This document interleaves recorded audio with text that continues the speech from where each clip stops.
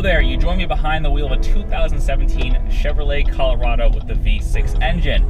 Now, as the graphics package on the outside of this thing might suggest, it's no ordinary Colorado. Instead, this is one of Edelbrock's R&D vehicles. It features their new Supercharger kit, which gives a big bump in power as you'd expect to that 3.6 liter V6 engine. It goes from 308 horsepower and 275 pound-feet of torque at the crank to 345 rear wheel horsepower and 305 pound-feet of torque to the rear tires. That's a huge bump in power. But crucially, Edelbrock says that the drivability is like stock. And additionally, for us Californians, it's also carb legal, which means the cops can't give you any hassle if they pull you over. Though if you're speeding in this thing, which you might be, that's on you. So we come to a nice little straightaway with very little traffic, and we're gonna roll into it. We're going 15 miles an hour, total bottom of the power band.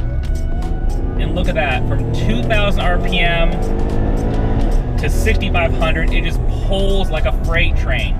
That's the nice thing about these Supercharger kits, is it really just feels like you put a bigger engine in here. There's nice linear pull like you'd expect from a stock motor, just a lot more pull to be had.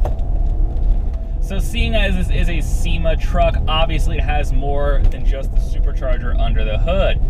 And to that end, Edelbrock's teamed up with a few other vendors to create a really cool looking truck. For example, this thing is slammed to the ground on a custom Beltec suspension. Additionally, it rolls on these really cool faux hubcap steely looking wheels by Forgeline. It gives it a really tough look to it that the standard Colorado is sometimes lacking for a smaller pickup. And if you listen, there's a nice faint bit of blower whine there. Now I know a lot of modern supercharged vehicles have gone away from that, but I just personally love it. It just sounds really cool.